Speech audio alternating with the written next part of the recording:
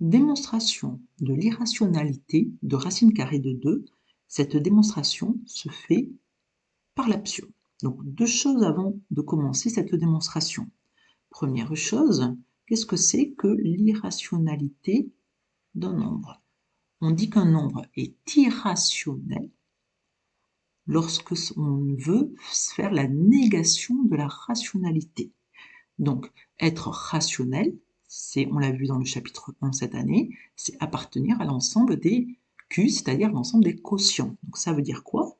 Qu'il existe deux nombres P et Q, tels que X est égal à P sur Q. Et attention, ici, chose très importante, la fraction ici doit être une fraction irréductible. J'insiste ici, toute la démonstration va reposer là-dessus, en fait, sur l'irréductibilité de cette fraction.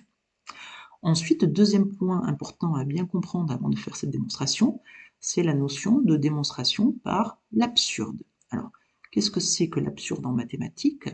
Comme j'ai dit en classe, c'est entre guillemets prêcher le faux pour obtenir le vrai. Alors, c'est un peu réducteur comme propos, mais en fait, lorsqu'on veut démontrer une certaine propriété qu'elle est vraie par l'absurde, on va prendre le contraire de la propriété, c'est-à-dire on va supposer que la propriété est fausse, on va aboutir dans la démonstration à une contradiction, c'est-à-dire qu'on va volontairement faire un faux raisonnement. Et une fois qu'on a abouti à la contradiction, c'est-à-dire à quelque chose qui est absurde, qui est impossible mathématiquement, eh bien, on peut conclure par l'absurde que notre hypothèse de départ était fausse. Donc, voilà ce qu'on va faire ici. Donc, nous, ce qu'on veut démontrer, c'est montrons que racine carrée de 2 est irrationnel, excusez-moi, c'est-à-dire être irrationnel, c'est ne pas appartenir à l'ensemble des rationnels, c'est-à-dire qu'il n'appartient pas à Q. D'accord? Et ceci par l'absurde. Donc on va dans un premier temps, comme nous dit la méthode, on va supposer que la propriété est fausse, c'est-à-dire qu'on va supposer que racine carrée de 2 appartient à Q. Donc, petit 1, on suppose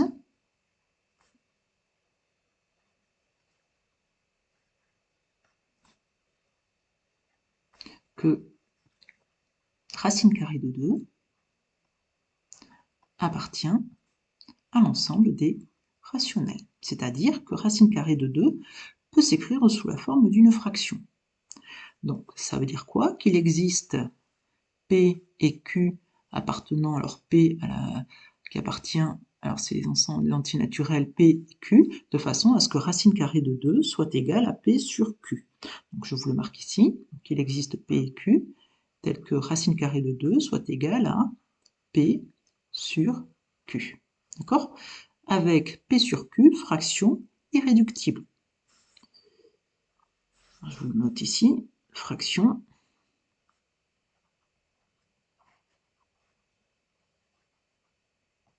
irréductible. Qu'est-ce que ça veut dire qu'une fraction est irréductible? Ça veut dire qu'elle ne peut pas se réduire. Ça veut dire qu'elle ne peut pas se simplifier. Alors, on continue. Donc là, je pars de cette écriture-ci, c'est-à-dire de racine carrée de 2 est égale à P sur Q, et on va travailler dessus. On va ici mettre en place un petit produit en croix.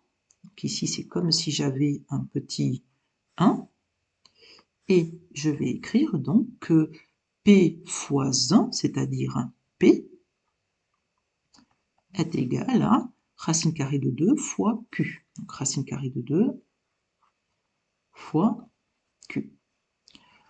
On va ici passer au carré. Donc, si à gauche je passe au carré, j'obtiens P au carré égale à, je vous détaille, racine carrée de 2 fois Q, le tout au carré. Je vais ici venir distribuer la puissance, c'est-à-dire ici le carré hop, et ici, et donc je vais obtenir, je vous le détaille comme il faut, racine carrée de 2 au carré, pardon, petit souci de crayon, racine carrée de 2 au carré, fois Q au carré. Mais au fait, racine carrée de 2 au carré, ça donne, je vous le mets ici, racine carrée de 2 au carré, par définition de la racine carrée, ça donne 2. Donc, on obtient que PO carré égale à 2 fois Q au carré. Mais ici, P carré est égal à 2 fois Q au carré, c'est là on retrouve la définition qu'on a vue en cours, c'est que comme P carré est égal à 2 fois une certaine quantité, j'en déduis que P carré est pair. D'où P au carré est pair. Nous avons vu en cours et démontré en cours que si un nombre est au carré est pair, forcément, le nombre est pair. Donc j'en déduis que, d'où P est pair.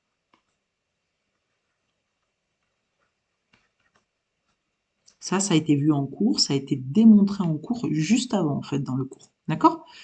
Mais si P est pair, ça veut dire quoi? Qu'il peut s'écrire sous la forme qu'il existe K, tel que P est égal à 2 fois une certaine quantité que ici je nomme K, que je peux appeler K1, on verra. Ici, donc je vais remplacer P, puisqu'il est pair, par 2 fois K. Donc je vais reprendre l'écriture que j'avais ici. P carré égale 2 fois Q au carré.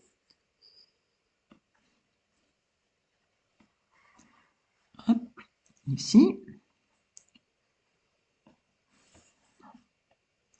Alors donc P carré, je vais remplacer par 2 fois K, le tout au carré. Je ne fais que remplacer, hein, d'accord? Égal à 2 fois Q au carré. J'en déduis quoi? Que, ici pareil, je distribue le carré, ça fait 2 au carré, 4, fois K au carré est égal à 2 fois Q au carré. Maintenant, ici, on va venir renverser l'égalité. Je vais y aller tout doucement, je ne vais pas faire le calcul rapidement. Donc, je vous montre. Ici, je ne fais que permuter le côté de gauche et de droite de mon égalité. Donc, ça me fait 2 fois Q au carré égale à 4 K au carré. Et ici, on voit qu'on a un coefficient 2, donc j'ai 2 fois quelque chose, donc j'ai le droit de venir ici diviser, d'accord? Diviser par 2.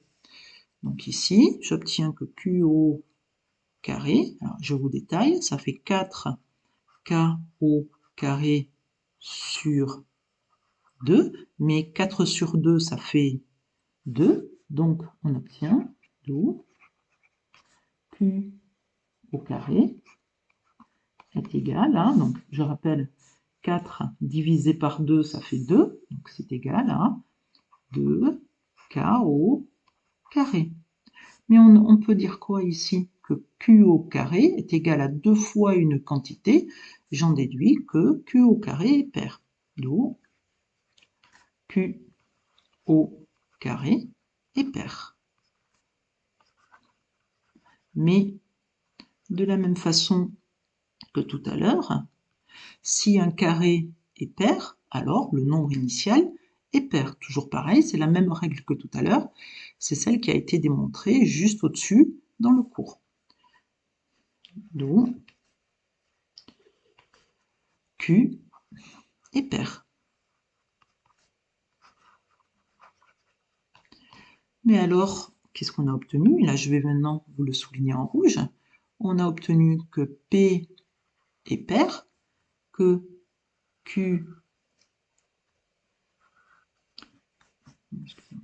que Q est pair, mais alors une fraction formée, la fraction P sur Q formée de deux nombres pairs, est forcément simplifiable par 2. Donc je vous le note. Donc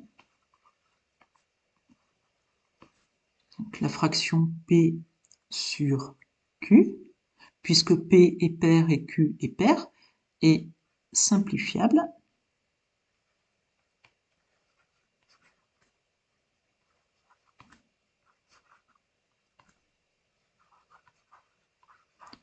par 2. Mais alors, si une fraction est simplifiable, est simplifiable par 2. Mais alors, si une fraction est simplifiable par 2, elle n'est plus irréductible. Donc,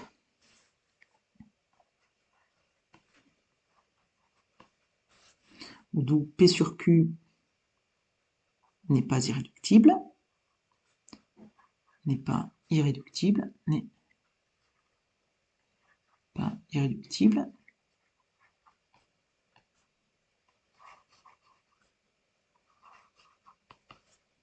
Mais alors, elle n'est pas irréductible, alors qu'au début, on était parti du fait que la fraction était irréductible. Ça y est, nous avons obtenu ce qu'on appelle une absurdité. Donc, c'est impossible, c'est absurde. En général, on dit c'est faux, c'est impossible. Vous pouvez marquer, si vous souhaitez, c'est irréductible. Pardon, c'est absurde. On ne peut pas avoir à la fois une fraction qui n'est pas irréductible et une fraction.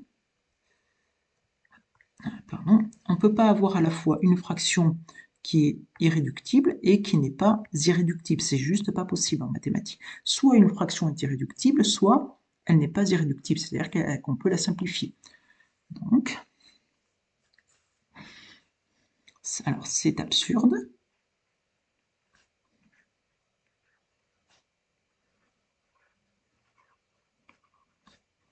C'est-à-dire c'est faux, tout simplement, puisque l'hypothèse de départ, c'était que la fraction devait être irréductible. Donc, qu'est-ce qu'on en déduit? Là, on a abouti à notre contradiction. Donc ici, c'est le petit 2, pardon, on a abouti à une contradiction, et donc on n'a plus qu'à conclure, petit 3, on conclut que l'hypothèse de départ est fausse. L'hypothèse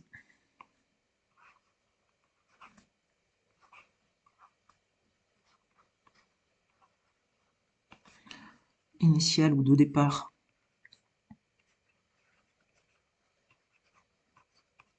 est fausse.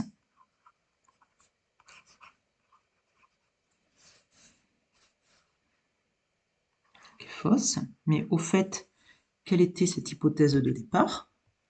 C'était qu'on a supposé que racine carrée de 2 appartenait à Q. Donc, puisque cette hypothèse est fausse, on peut en déduire que ce n'est pas vrai. Donc, on n'a plus qu'à conclure. Donc, racine carrée de 2